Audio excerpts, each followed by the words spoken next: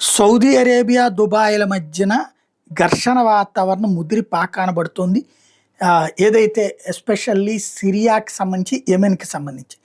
ఇప్పుడు అది మరింత ముదురుతోంది. ఎందుకయ్యా అంటే, మొన్ననే మనం చెప్పుకున్నాం. యెమెన్ ప్రభుత్వంతో మాట్లాడి ఆహ్, యెమెన్ ప్రభుత్వాన్ని ఉటంకిస్తూ ఇప్పుడు దాన్ని కన్ఫర్మ్ చేసింది Saudi Arabia news channel.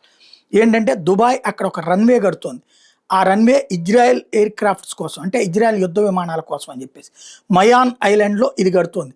Bob అల్ మందాబ్ స్ట్రైట్ దగ్గరన ఈ కొత్త ఎయిర్‌పోర్ట్‌కి రెడీ చేసింది.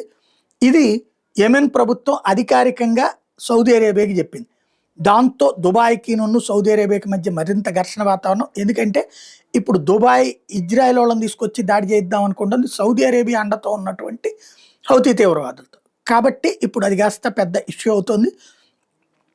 రాబోయేటటువంటి రోజుల్లో మరింతగా వీళ్ళిద్దరి మధ్యన విభేదాలు పెరిగి పాకాన పడేటటువంటి పరిస్థితి కనబడుతోంది.